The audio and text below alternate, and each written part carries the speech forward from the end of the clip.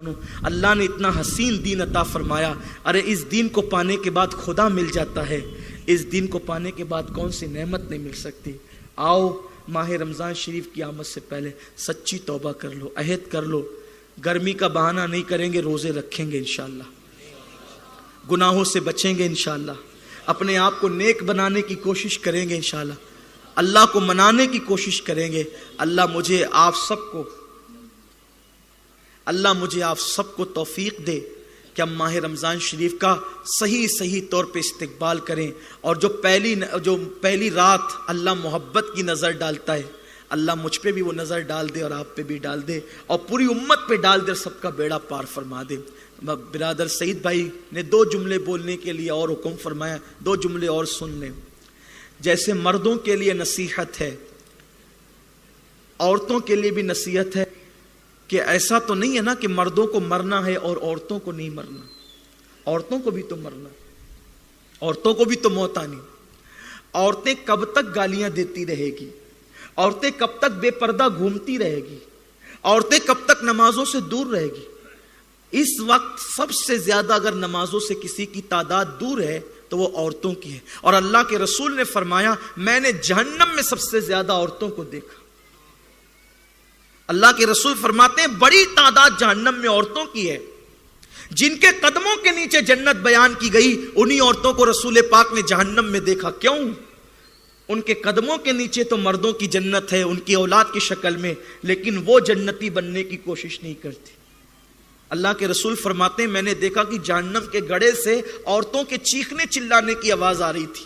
میں نے پوچھا جبریل یہ عورتوں کے چیخنے چلانے کی آواز جہنم کے گڑھے سے کیوں آ رہی ہے؟ جبریل امین نے عرض کی یا رسول اللہ یہ آپ کی امت کی وہ عورتیں ہیں جو ناجائز چیزوں سے سنگار کرتی تھی، ناجائز چیزوں سے سنگار کرتی تھی، اس لیے ان کا یہ حال ہو گیا۔ اگر آپ اجازت دیں تو مجھے ایک واقعہ یاد آیا، وہ بیان کر کے بات ختم کروں، خواتین کے لیے خاص اجازت ہے۔ میں بات ختم کر چکا تھا لیکن مجھے اشارہ ہوا ہے تو ایک بات عرض کر دوں، تھک تو نہیں گئے نا آپ؟ ویسے ماشاءاللہ نندربار تو پھر میرے امام کی راجدھانی ہے نا، میرے امام کا شہر۔ ہم جب یہاں آتے ہیں نندربار آتے ہیں تو ہم گویا کہ اپنے گھر آتے ہیں، اور پھر یہاں آتے ہیں تو کسی محلے میں تقریر ہوتی ہے، امام پاک کو سبق سنانے کے لیے آتے ہیں، اور یہاں سے وہ نعمتیں لے کر جاتے ہیں کہ ہم جانتے ہیں اور دینے والا جانتا ہے، الحمدللہ۔ اور آپ سے بھی کہتا ہوں ذرا چلے جایا کرو، امام کی حکومت میں رہتے ہو چلے جایا کرو، امام حسین کا بیٹا تمہارے سروں پہ سو رہا ہے، سرپرستی کرے۔ نندربار والو اتنے خطرے میں جو اتنی شان سے جیتے ہو، اس میں تمہارا کوئی کمال نہیں ہے، یہ امام کی سرپرستی کا نتیجہ ہے، یہ امام کی سرپرستی کا نتیجہ ہے، حسین کے بیٹے کا نتیجہ ہے۔ مولا حسین کا بیٹا سو رہا ہے، کربلا والے کی آبرو بن کر کے سو رہے ہیں، یہ اتنی عظیم شان والے ہیں۔ اور میں تو قرآن سے بات کرنا چاہتا ہوں، جب قرآن کہتا ہے کہ ولیوں کے قدموں میں وفا کے ساتھ بیٹھنے والا کتا جنتی ہو جاتا ہے، اصحاب کہف کے کتے کا ذکر کیا نا، ولیوں کے قدموں میں بیٹھنے والا کتا جنتی ہو جاتا ہے، تو ولیوں کے قدموں میں رہنے والی قوم جنتی کیوں نہیں ہو سکتی؟ شرط ہے کہ وفا کے ساتھ جیو، وفا بڑی چیز ہے۔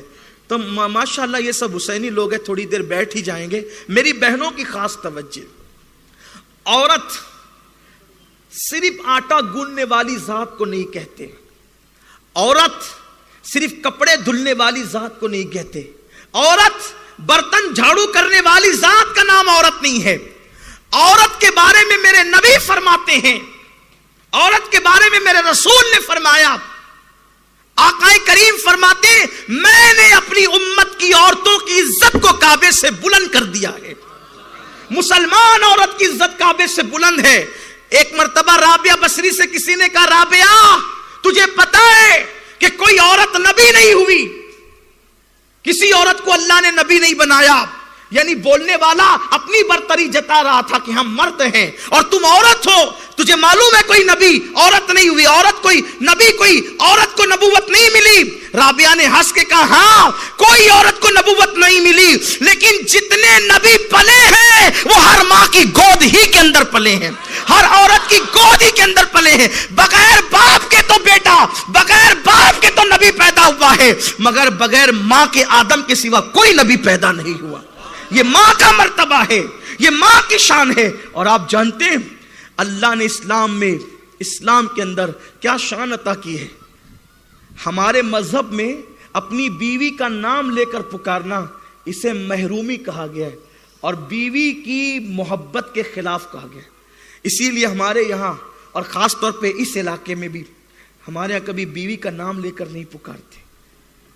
یہی ہوگا نا، ابھی بھی شاید آپ کے یہاں یہی ہوگا، ہمارے یہاں تو ابھی باقی ہے یہ بات، نام لے کے نہیں پکارتے۔ آپ دیکھیں قرآن کے اندر اللہ نے اتنی عورتوں کا ذکر کیا ہے، حضرت زلیخا کا ذکر کیا مگر نام نہیں لیا، حضرت عائشہ کے لیے سورہ نور نازل ہوئی مگر نام نہیں لیا۔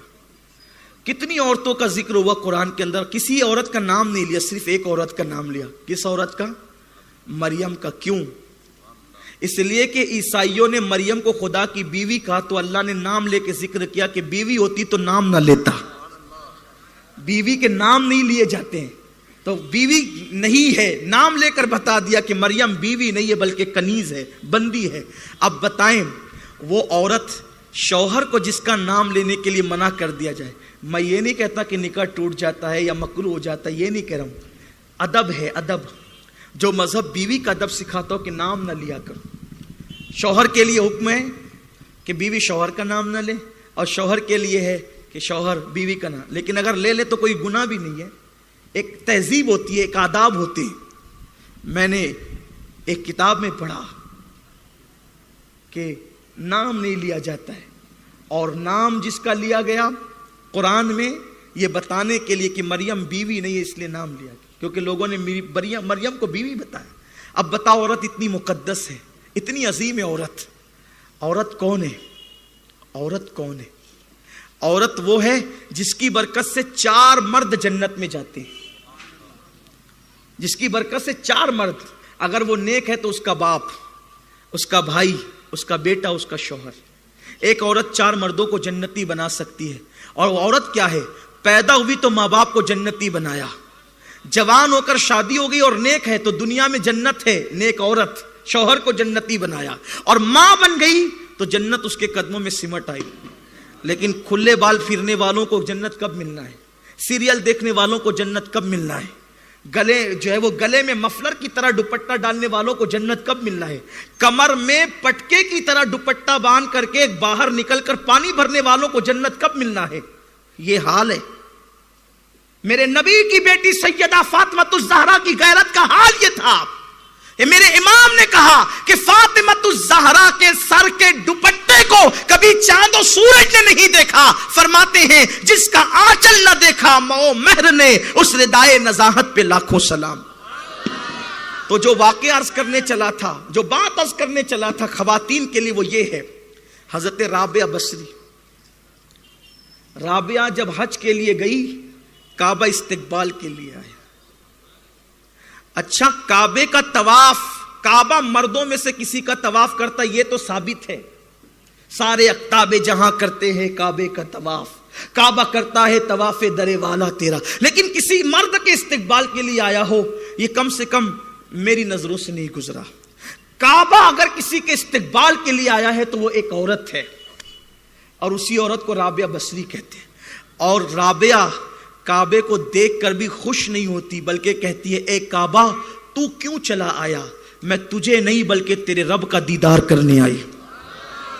یہ ہے اس عورت کی شان۔ اگر عورت عبادت کرے تو کتنی محترم ہو جاتی ہے، اگر عورت عبادت کرے اللہ سے ڈرے تو کتنی مکرم ہو جاتی ہے۔ میں حضرت رابعہ کی بارگاہ میں خراج پیش کرنا چاہتا ہوں۔ ایک دن امام حسن بصری، ان کو خیال آیا کہ چلو شادی کرتے ہیں۔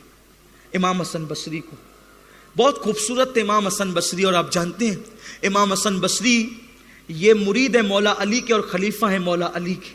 مولا علی کہتے تھے بصرے میں کسی کو خطاب کرنے کا حق نہیں ہے، سب کے منبر اٹھا دو، اگر بصرہ میں کوئی خطاب کر سکتا ہے وہ صرف حسن بصری ہے۔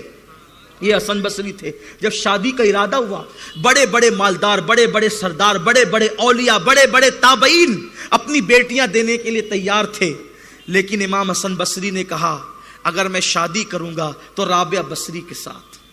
حالانکہ لوگوں نے رابعہ اور حسن بصری کی ولادت اور وصال کی تاریخ پر بڑی بحثیں کی ہے، لیکن میں تحقیق میں آپ کو الجھانا نہیں چاہتا، صرف عبرت کے لیے واقعہ عرض کر رہا ہوں۔ حسن بصری نے سوچا کہ میں نے شادی کرنا ہے رابعہ کے ساتھ۔ رابعہ کیسی تھی؟ تاریخ میں آتا ہے قد چھوٹا تھا، سانولے کلر کی تھی، سانولے کلر کی تھی، چھوٹا قد تھا، بڑی سادہ سی زندگی گزارتی تھی۔ حسن بصری ان کے گھر آئے اور آنے کے بعد کا رابعہ پردے کے پیچھے سے، میں چاہتا ہوں تیرے ساتھ شادی کرنا، میں رشتہ دین لے کر کے آیا ہوں، نکاح کا پیغام لے کر آیا ہوں، کیا تو اس پہ راضی ہے؟ رابعہ بصری نے کہا، حسن بصری اگر میرے سوالوں کے جواب آپ دے دیں تو میں آپ کے ساتھ شادی کرنے کے بارے میں کچھ سوچ سکتی ہوں، میرے چند سوال ہیں، اس کا جواب دے دیں۔ امام حسن بصری نے سوچا ہوگا ایک عورت ہے رابعہ، آخر وہ مجھ سے کیا سوال کر سکتی ہے؟ حسن بصری تو بہت بڑے عالم تھے، بہت بڑے فقیہ تھے، بہت بڑے محدث تھے، بہت بڑے تابعین تھے، خیر التابعین کہا گیا۔ غوث پاک کے پیروں میں ان کا نام آتا ہے، غریب نواز کے پیروں میں ان کا نام آتا ہے، جن کو حسن بصری کہتے ہیں۔ یہ امام حسن بصری ہے۔ امام حسن بصری نے کہا رابعہ تیرا سوال کیا ہے؟ رابعہ بصری نے کہا عورتوں کی سوچ کیا تھی، دیکھو کتنی مقدس تھی عورتیں اس زمانے میں، کیونکہ عورتیں سیریل دیکھ کر نہیں جیتی تھی، اس وقت تو سیریل تو تھے ہی نہیں، وہ تو قرآن کی تلاوت کے سائے میں جیتی تھی، وہ سیدہ فاطمہ کے کردار کے سائے میں جیتی تھی۔ رابعہ نے کہا حسن میرا پہلا سوال یہ ہے، میں جنتی ہوں یا جہنمی؟ جنت میں جاؤں گی کہ جہنم میں جاؤں گی؟ حسن بصری چپ تھے، وہاں پھیکم پھاک والا معاملہ نہیں تھا، وہاں قیاس اور اپنی طبیعت سے کہنے والی باتیں نہیں تھی، کیونکہ سامنے رابعہ تھی۔ امام حسن بصری چپ تھے، خاموش تھے، کوئی جواب نہیں دیا۔ ابھی پہلا ہی سوال کا جواب نہیں پایا تو دوسرا سوال کیا، حسن بصری بتاؤ قیامت کے دن حدیث پاک میں آتا ہے کہ لوگوں کا نامہ اعمال یا تو سیدھے ہاتھ میں دیا جائے گا یا تو الٹے ہاتھ میں، جس کے سیدھے ہاتھ میں دیا جائے گا وہ جنت میں جائے گا، جس کے الٹے ہاتھ میں دیا جائے گا وہ جہنم میں جائے گا، تو بتاؤ میرا نامہ اعمال میرے سیدھے ہاتھ میں دیا جائے گا کہ الٹے ہاتھ میں؟ حسن بصری چپ تھے۔ پھر رابعہ نے فوراً تیسرا سوال کر دیا، پل صراط سے سب کو گزرنا ہوگا، کوئی ایسا نہیں ہوگا جس کو پل صراط سے گزرنا نہ ہو، کچھ لوگ بجلی کی طرح گزر جائیں گے، کچھ لوگ کٹ کٹ کے جہنم میں گر جائیں گے، بتاؤ حسن بصری رابعہ پار لگے گی یا کٹ کے گرے گی؟ حسن بصری چپ تھے۔ رابعہ نے کہا بولو جواب کیوں نہیں دیتے؟ میرے تینوں سوال کا جواب مجھے چاہیے، شادی کرنے آئے ہو نا، نکاح کا پیغام لے کر آئے ہو، بتاؤ۔ امام حسن بصری کو جب زور دیا تو کہنے لگے رابعہ تو تیرے بارے میں پوچھ رہی ہے کہ تو جنتی ہے کہ جہنمی، پورے یقین سے تو مجھے بھی نہیں پتا ہے کہ میں جنتی ہوں یا جہنمی، امید کرتا ہوں جنت ملے گی، لیکن ڈرتا بھی ہوں کہ اگر وہ جہنم میں ڈال دے تو کون کیا کر لے گا، میں کوئی یقین سے بات نہیں کہہ سکتا، اور مجھے میرے بارے میں نہیں پتا کہ میرا نامہ اعمال سیدھے ہاتھ میں ہوگا کہ الٹے ہاتھ میں، تو میں تیرے بارے میں کیا کہوں؟ مجھے میرے بارے میں نہیں پتا کہ پل صراط سے میں پار لگوں گا یا کٹ کے گروں گا، میں تیرے بارے میں یقین سے کیا کروں؟ امید کر سکتے ہیں، یقین نہیں۔ رابعہ بصری نے کہا حسن بصری نکاح کے لیے بہت ساری عورتیں مل جائے گی، مجھے ان 3 سوالوں کی تیاری کرنا ہے مرنے سے پہلے پہلے مجھے اس منزل پر پہنچنا ہے کہ میرا اللہ مجھ سے خود کہے کہ تو جنتی ہے، تیرا نام اعمال سیدھے ہاتھ میں دوں گا اور تجھے پل صراط سے گزار دوں گا۔ جب تک یہ مقام نہیں مل جاتا مجھے فرصت نہیں ہے، مجھے تو آخرت کی تیاری کرنا ہے۔ یہ سوچ تھی عورتوں کی، اور جب یہ سوچ کے ساتھ جیتی ہے تو شان کیا ہوتی ہے۔ جب رابعہ کا انتقال ہو گیا، قبر میں رکھ دی گئی، بڑے بڑے اولیاء اور اقطاب جنازے میں شریک ہوئے، آنکھیں بند کر کے کشف سے مراقبہ کیا کہ یہ بڑھیا پوری رات عبادت کرتی تھی اور بہت عبادت کی اس نے، ذرا دیکھیں تو اس کی قبر میں حال کیا ہے۔ تو دیکھا کہ رابعہ کی قبر میں نکیران آئے، فرشتے آئے، اور پوچھا مر ربو کے، تیرا رب کون ہے؟ تو رابعہ نے کہا میں تو بندی ہوں، سچ بھی بول سکتی ہوں اور جھوٹ بھی بول سکتی ہوں، مجھ سے کیا پوچھتے ہو کہ میرا رب کون ہے؟ اللہ سے پوچھو کہ رابعہ کون ہے، اللہ سے پوچھو۔ وہ اولیاء ہنس پڑے کہ جب بندہ خدا کو منا لیتا ہے تو قبر میں بھی پھر اس لہجے سے گفتگو کرتا ہے کہ اللہ سے پوچھو کہ رابعہ کون ہے۔ یہ منزلیں ملتی ہے، عورت اس منزل پر پہنچ گئی عبادت کر کے، اور میری قوم کی عورتیں ابھی یہی سوچ رہی ہے عورت کا مطلب برتن اور جھاڑو، کب تک برتن جھاڑو کی بات کرتی رہو گی؟ ذرا آخرت کی بات کر، گرم گرم روٹیاں سب کو کھلایا، سب کو پلایا، سب کے کپڑے دھلے، مر جاؤ گی لوگ قبر پہ فاتحہ پڑھنے بھی نہیں آئیں گے۔ ذرا کچھ اپنی آخرت کے لیے بھی کر لو. میں یہ نہیں کہتا کہ برتن جھاڑو کرنا کوئی گناہ ہے, عورتیں اس پہ احتجاج نہ کرنے لگے. میرے نبی کی بارگاہ میں ام المومنین حضرت ام سلمہ آئی اور کہنے لگی یا رسول اللہ, مردوں کو جہاد پہ لے جاتے ہیں, ہمارے لیے جہاد کیا ہے؟